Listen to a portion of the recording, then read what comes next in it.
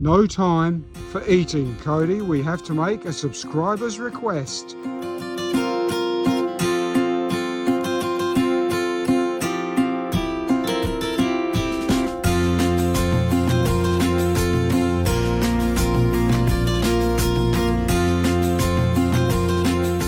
So I had a request from a subscriber. I always try to answer requests. And the request was, when they were on patrol in the desert during the war, World War I, what did the light horsemen use for camping equipment? How did they camp and sleep overnight? So in this video, I'm going to show you the sleeping bag that the light horse used in World War I.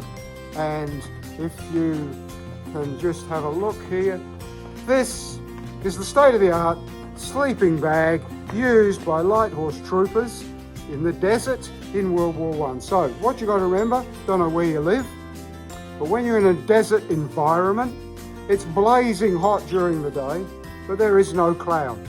And when that sun sets, instantly all the heat of the day, boom, gone out into the atmosphere, and it's freezing. It becomes absolutely freezing cold. And so that's why you would see light horse photographs of the troopers. They would just be in their shirts. Many of the photos, they've actually ripped the sleeves off and it's just like a sort of a singlet. That's during the day. They always also had their greatcoats, because as soon as the sun went down, you put your greatcoat on, and these are marvelously warm. You put your greatcoat on to keep warm. So, why did they sleep in their greatcoats? Not like the movies. You were on patrol. Your horse was all loaded up. The sun went down. You were going to go and have some rest. Some of the guys, I've done another video about the unpleasant, the terror those blokes suffered to be in the desert.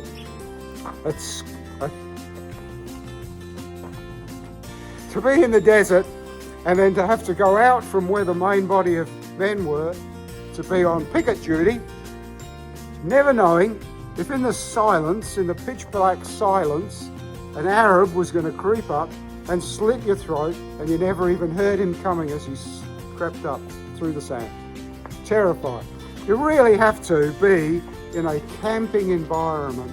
Go out somewhere, even in this day and age, camping, and be somewhere pitch black, not a light at all, and let your imagination run wild about every horror zombie movie you've ever, and have that little thing in the back of your head.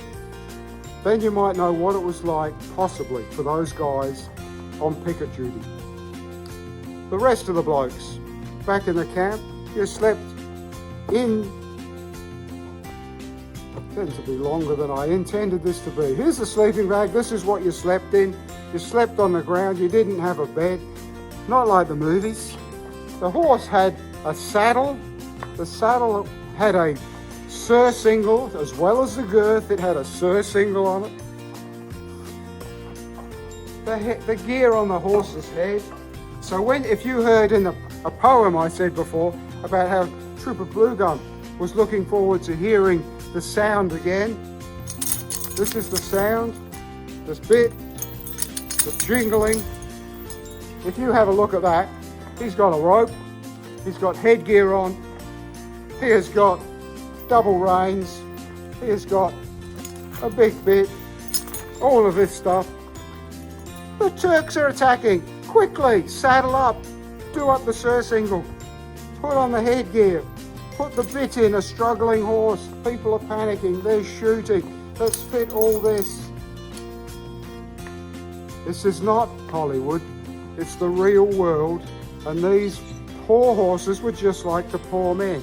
The men slept in their boots, in their coats. They never got changed, they didn't get comfy. The horses did not get unsaddled, they just stood. They got a little bit of tucker if they were lucky. There's another video I've made. How did the light horse carry water for their horses when on patrol? They didn't. They didn't. Oh, you'll see. I made a video about they didn't carry water for the horses. And the people that wrote, oh yes they did. They had tanks on the water tanks on the back. They had the camels brought them water. That's not.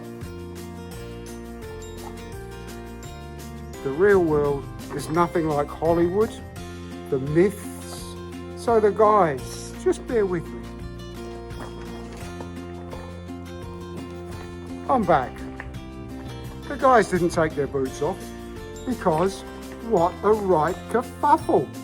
All these laces, when all these laces zigzag, zigzag, zigzag, zigzag, when they were all done up, then, wait, there's more, because then, and your spurs, because then you had to put your butterflies on. So you've got your butterflies that cover up your laces so that you look pretty. You've got your butterflies over your laces, so you've got that. But wait, there's more, because as well as the boots and the laces and the butterflies and the spurs, you also had your leather leggings that do up twice around the leg, pulled up tight, 2 clips, clip at the top, clip at the back. Yes, there's a chance the Turks are going to attack, so let's take our boots off, our leggings off, our saddle off, our headgear off, our blankets. We'll make a nice comfy bed, we'll get the sleeping bag out, and if the Turks attack, we'll ask them to give us 45 minutes while we get dressed and ready. So there you go, a very long video, simply to say the blokes collapsed on the ground where they stopped. They slept in what they were wearing. The horses did not get unsaddled. The horses usually, most times, didn't get a drink. In the movie, The Light Horseman, horse hasn't had a drink for a long time. Light Horseman takes his hat off, contrary to orders, pours some water into his hat, says, there you go, mates, have a drink. When you look in the Light Horse book that tells you how to look, the book that was written for the Light Horse pre-World War I, it says how to look after your horse. And one of the things it says is, if you come back from a long, hot ride, before you are allowed, the horse is going to be thirsty, you are allowed to give it 10 sips, and then you pull it away from the water. Any more than 10 sips, it's going to get sick, it's going to get crook, it's going to get ill. 10 sips. So what I did quite a while ago, and I made a video on this too, was I got a bucket and I measured, I counted the sips, I measured, I did this over a period of time. And so what I know is that when Cody takes a sip, and you watch a horse, when it drinks, it puts his mouth into the water and it goes, oh, oh, oh. So I've measured Cody several times and it works out, each gulp is 200 mil. And apologies to those that are still using the original system before we went to decimal. Anyway, one sip is 200 mil. And so 10 sips maximum that you're allowed to give, according to the Light Horse Handbook of pre-World War I, is 2 litres. And that's the maximum you're allowed to give when a horse is really thirsty.